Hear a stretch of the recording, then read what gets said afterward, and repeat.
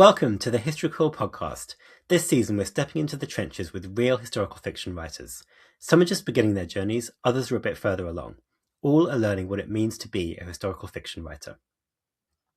Our guests this season are all members of the History Quill. If you want to learn more about our membership, follow the link in the description of this episode. Our guest for this episode is Robert Dempsey, who's writing a time travel novel set in England in 915 AD. Before that, Robert was a flight director at NASA. Robert's main challenge has been finding a way of writing that works for him. He was having a hard time making progress until he tried doing it differently. Let's find out what that means and what changed for him. Robert, welcome to the History Quill podcast. So good to have you. Oh, it's a pleasure to be here. Thank you very much for inviting me on. My pleasure.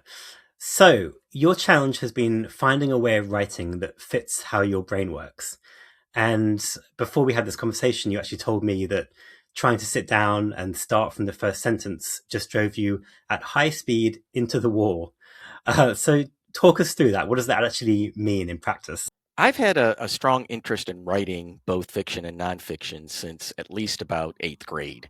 And over time, I would have ideas, for a short story or something, and I would sit down to write. And, I was certain I had a brilliant idea, and I couldn't really get very far.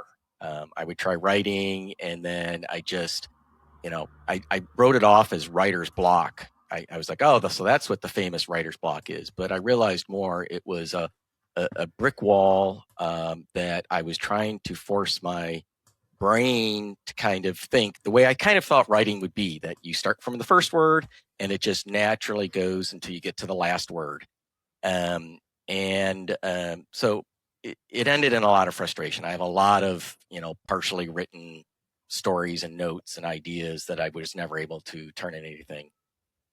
About 3 years ago, I was diagnosed with ADHD, something I kind of suspected for a while, but with my career at NASA, I realized if I, as a flight director said that I had ADHD, I probably wouldn't be sitting in mission control for very long.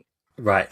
So I kind of sat on that for a long time, but, I had hints, and, the doctor, he was like, yep, kind of classic symptoms, and they put me on medications.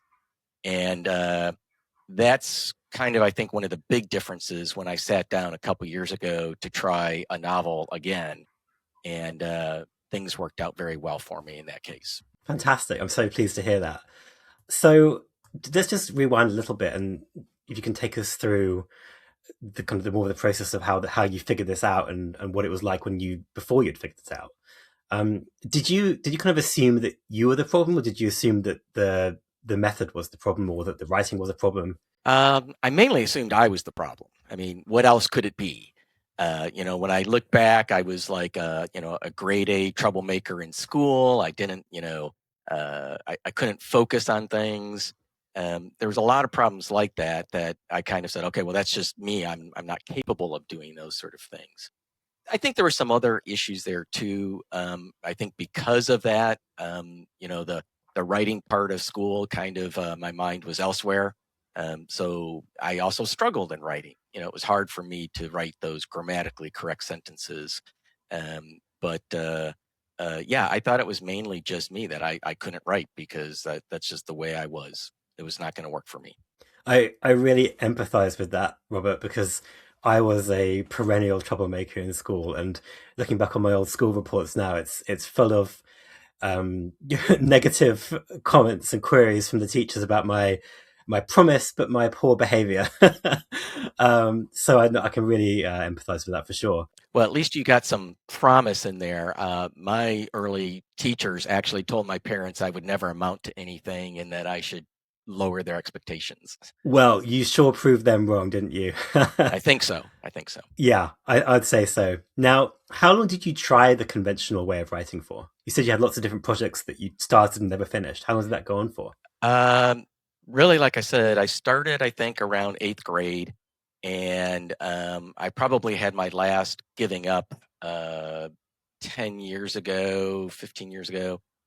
So it was really around 60. So 8th grade to 60 was when I was trying kind of what I would call the traditional method of writing, and that just wasn't working for me. Yep. Goodness me. Were you writing short stories, novels? Um, Novels, but they never really got very far because I would just get so frustrated I would give up. And did you ever try and like write out a full plan? Because they often teach you, and the History Quill sometimes teaches our members as well. Try and outline your novel, try and plan your novel. It's not for everyone, but did you ever try and do that? I did not because I was naive and didn't realize that that was a thing. And because I just kind of figured you had the idea in your head, and I would have the idea in my head, and I figured, just come progressively. But um, when first sat down a couple years ago and said, I talked to my wife and said, hey, I want to try this again. And she was very supportive and bought me some books. And I read some of those. And then that's how I also found the History Quill. And it was then that started realizing that, okay, it's not as simple as I thought. Maybe you're the most brilliant writer in the world. Not that I thought I was, but you have to, there are certain things you need to think about and follow to try and get a story to work. Absolutely. Uh, so when you were still trying this conventional method of writing and you finding it just wasn't working for you, it sounds really frustrating to kind of work against your own mind in that way, especially if you have undiagnosed ADHD. It must have been very, very grating, and yet you did carry on. What was it kind of like mentally to grapple with that? That's a great question because it was frustrating because I felt like I had uh, something that wanted to bubble up that I wanted to share and do. And then I would hit the brick wall. Separate from my diagnosis, I think one thing what has made me successful is I am stubborn as heck. If I set my sights on something, I usually just keep, plowing forward. But the writing wasn't like that, because I didn't have to write. I think it was easier to give up and get frustrated. And I would, I'd get kind of hyped up and think, okay, I've got this idea, I'm going to write it out. And then I'd get frustrated and I'd walk away going, you know what? I don't have a creative bone in my body. I can't do this. Why am I keep trying? It's stupid. I should just give up. Yeah, I can definitely understand how hard that would be for sure, and to do that for so long as well. I'm really glad you didn't give up though. I'm glad you stuck with it, checked out some resources, tried to find a different way, experiment with a different way of writing. So let's actually get into that now. When did you decide to just try a different approach to writing? I can't say there was like a logical evolution and I said, okay, because of this, I'm going to do that. And in fact, initially, when I sat down a few years ago, I didn't really connect it to my issues to ADHD. Now, by then, I was on some medication. I had had some coaching, which, kind of taught me how to kind of like, hey, when your mind, uh, you know, does what it does, here's why it's doing that, how to kind of work with that.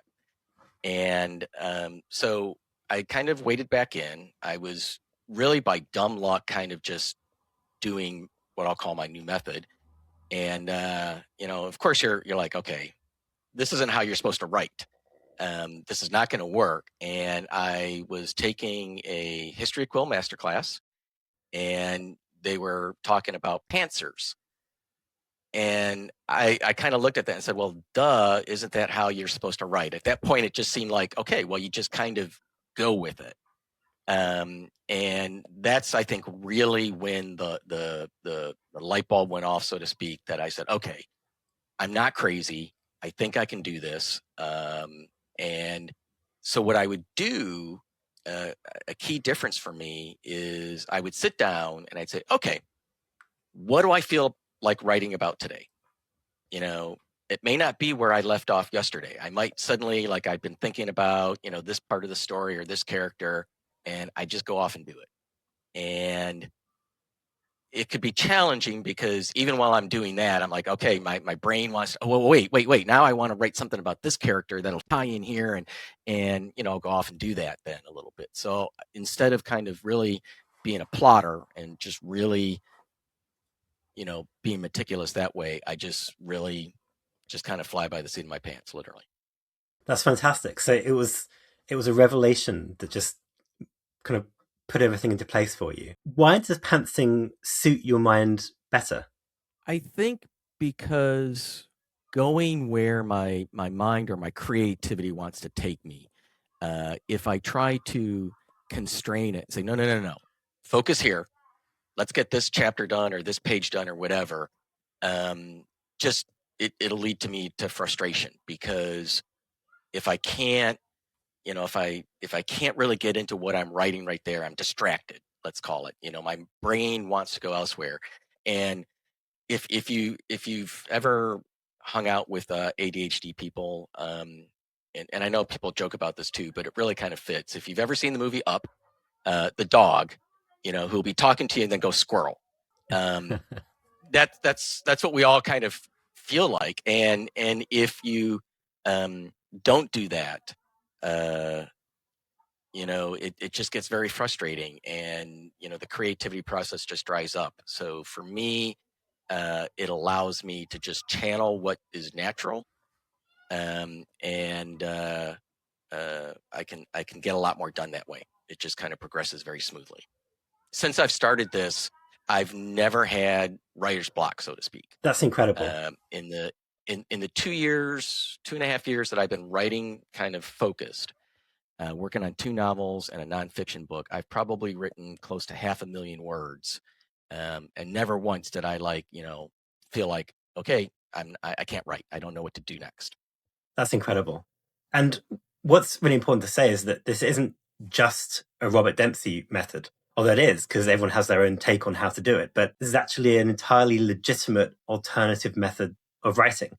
There's the school of thought that, you should be planning, outlining your novel, starting from the beginning, going in order, structuring everything very carefully. Then there's a completely different school of thought, which is that you have some ideas in your head, just get them onto the page, see what happens. You can do it in an unstructured way. And I think for whether you have ADHD or not, people's brains often work very differently. And I think it's important to not put people into a category or a method of writing that just doesn't suit them. It's frustrating in a way that you didn't know about this other method before, because I wonder whether you would have written much more productively from an earlier age. Do you ever think about that? No, I do, and I think, to emphasize what you're saying, I totally agree with it. And even when I kind of found that new method, that pantsing method, I was racked with doubt. Like, this isn't the way you're supposed to do it. I'm not going to be able to succeed this way. And then when I kind of, saw in the master class, hey, this is a legitimate method, it gave me that confidence to keep pressing on, because my history had told me that, it's just a matter of time before I give up, because I'm going to get frustrated at some point and give up. But now it was kind of like, hey, not only can you do this and it seems to be working, it's a good way to do it. So do so. Keep pressing ahead. And what stage are you at with your novel now? Well, the first novel, I'm at the point where I've been trying to meet with agents. I've met with some. I'm now doing query letters. I'm going to first try the traditional route, see if I can get something that way. But I so much just really want to kind of share my writing with someone, that if that doesn't work out, I'll look into self-publishing or something. But I'd like to find something there. Absolutely. A lot of historical fiction authors have had a success with self-publishing. You said that jumping between things suits your mind. So I found it interesting, actually, that you chose to write about time travel. Do you think there's a connection there? Um, Actually, no. I don't think so. My new novel that I'm working on might have more of a connection, but that one, it was more, uh, time travel was a mechanism to get my main character, as I wanted my main character, into the year 915. And in fact, I didn't really want to get much into it, even though I'm an astrophysicist. I was like, kind of like, Star Trek or Doctor Who. It doesn't really matter if it's accurate. You just kind of want to go with the story. Right. And then my beta readers kept saying, no, no, no, no, I want to understand better how he got there. But I really don't think so, because, I don't jump around a lot in time or anything like that in the story. It's just kind of a way to get there. So, what inspired your novel? Honestly, insomnia. I was having trouble sleeping, and so I would lay awake and I would just kind of think about kind of a what if scenario. I'd always been fascinated how science builds on itself. We look at people like Isaac Newton and Albert Einstein, and we go, "Oh my God, these brilliant guys!" And they were brilliant.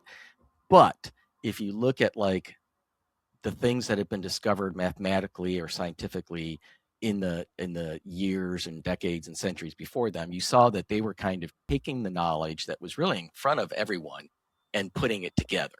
And that's a key theme in my book, is the connections to kind of pull things together. That combined with the idea that I'd always had, what would have happened if science hadn't been constrained by politics or religion over the centuries and could just kind of uh, take control. I thought, when I was younger, that simply things will just be perfect. Everything will be wonderful. But as I've gotten older and wiser, I see that's a bit naive, and that carries into the story a bit. Um, and that's kind of what all kind of came together. And then I said, okay, I'm not going to be able to ever sleep again if I don't start writing this down and getting it out of my head. So that's when I started writing it down. I love it. I love that sense of this idea and this passion kind of bubbling up to the point that you just had to write it. So talk us through the premise of your book. Tell us what exactly it's about. It's a little bit of write what you know. An astrophysicist from the current time, approximately, goes back in history to accelerate science. He and his mentor decide that if he can go back, not too early because you need some sort of infrastructure, but not too late when politics and the Catholic Church have kind of really constrained a lot of things, that he can really accelerate science. They target like the 12th or 13th century, but vagaries of quantum mechanics, he ends up in the 10th century. And he quickly discovers that knowing things does not easily translate into doing things. For example, myself, I can describe in great detail the theory of how a battery works. If I went to build one, especially with nine or 10th century technology, there's no way I could do it.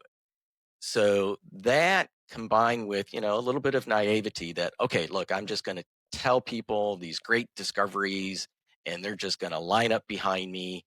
And not everyone does, for whatever reason, whether they like the way things are, it conflicts with their beliefs.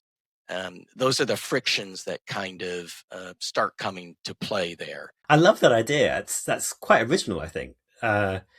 And I think your background very much informs it.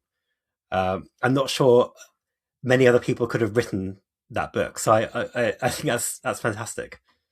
So what's next for your writing now after this? You said you were working on something else as well. Yeah. The novel that I'm working on now is my working title right now is The Last Scroll of Alexandria.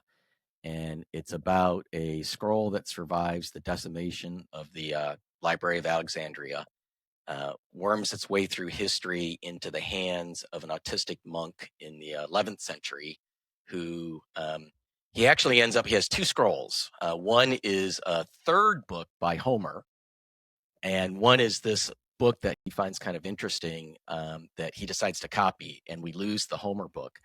And then later in the 21st century, a scientist uses the information in that scroll that he copied to unlock a critical clue during a pandemic that's occurring that's causing rampant dementia among people. So science again, an important theme. So I'm definitely getting the influence of your career on this, and let's actually jump into that right now. So you've had a very distinguished career at NASA. Tell us about that and how it connects to how you approach your writing.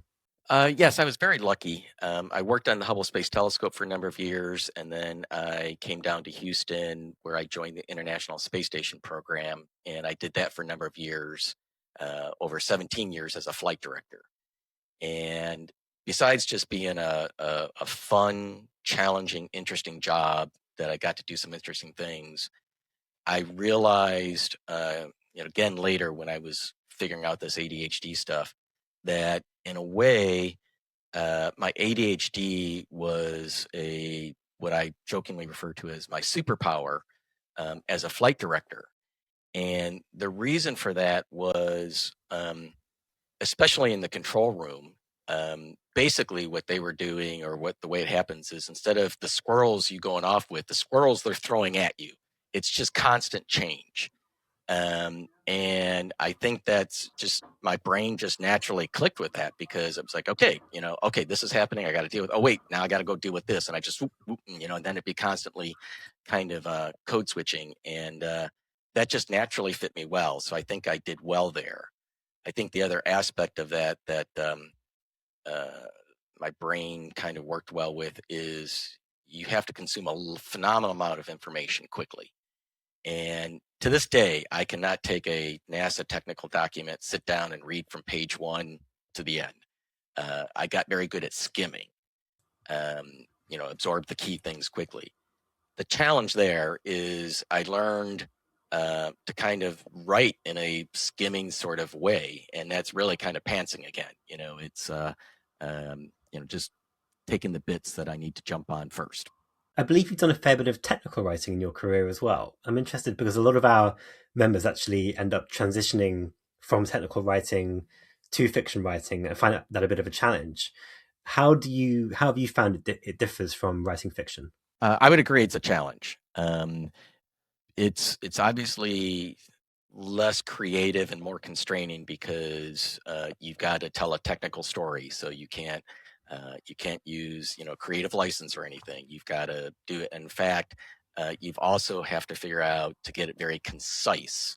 So if you want to have a flowing sentence or something, that's just not going to work. You've got to be tight and technical. Um, so it has been a challenge, because I've done a lot of that, and I think that comes naturally now. Um, it helped me in these projects, both of these novels, because again, it was I had to do a lot of research for them, and doing the technical research and skimming and pulling it together. That worked well. Um, but then trying to do the creative writing, that's been a little bit of a journey for me. I can look back at my early versions of the novel, and I can see, as those shackles were kind of broken off, that kind of came out more. And it's interesting because I am also working. I've got a contract to deliver a nonfiction book on NASA's Commercial Crew Program, and I'm passionate about the subject and I want to write it, but it's not as fun as my novels. Because again, it's that creativity I think now that really just wants to come out. And I'm fortunate at a point. I'm retired, so I can focus more on my writing. So what I'm doing is I'm like in the mornings and stuff. I'm working on the nonfiction book, but then I promise myself a little bit of time each day. I'll get to work on my novel, so that I can keep that process going. But it is a mind shift, because I find the novel, the fiction. It's just so wonderful when your mind just kind of goes where it wants to go, and these ideas come flooding out, and you have that. And as a writer, I hope you experience this too, where it's like, wow, that's an interesting idea, or that I think is cool. Let me see if I can work that out, and others may like it too. It's much more pleasurable. You said that going back and looking at your earlier work now, you kind of think, oh, okay, that was definitely an earlier stage of my writing. So what changed? What helped you to get from there to now? Um, a number of things, some feedback from some beta readers. And like I mentioned, I'd done a lot of the research. I understood the technical stuff. I wanted to really flood the reader with that depth of detail to make it realistic. And another term that I learned, which was kind of like, oh, duh, was info dumps. And, when I first looked at a first few drafts, there was a ton of info dumps. Um, and that was by design. but then I kind of realized that, okay, that's not what I need for a novel. It's a very common issue. Absolutely. And yeah, and it took me a little time to figure out, okay, how can I convey that feel? Whether it's the smells or the noise or something to make people feel like they're really there, or that the science is realistic and not just being made up.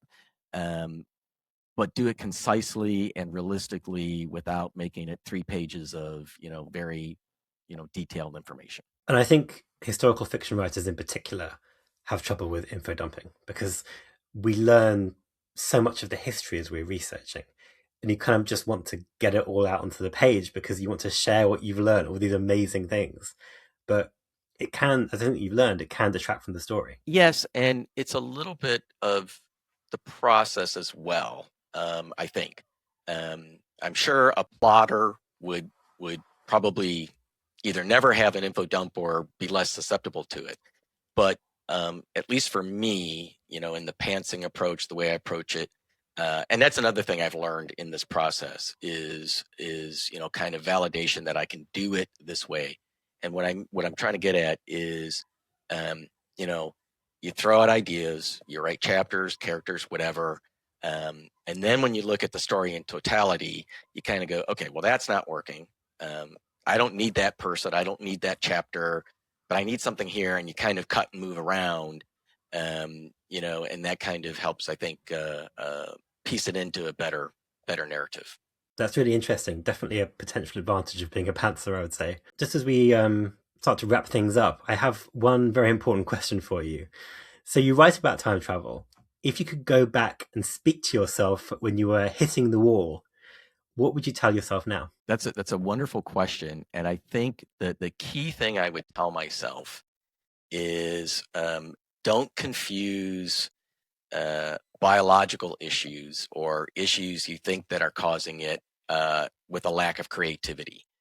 That you can do that. You have the creative sense in you, and if you can figure out how to channel that naturally, as a pantser, go look that up and then channel your inner pantser, and don't get frustrated and give up. And I think, like you kind of alluded to earlier, I probably would have had a lot more opportunity to write over the years. And I think it's really important to understand, people listening to this, that you don't have to be a pantser. You don't have to be a planner. That there are advantages and disadvantages to both, right?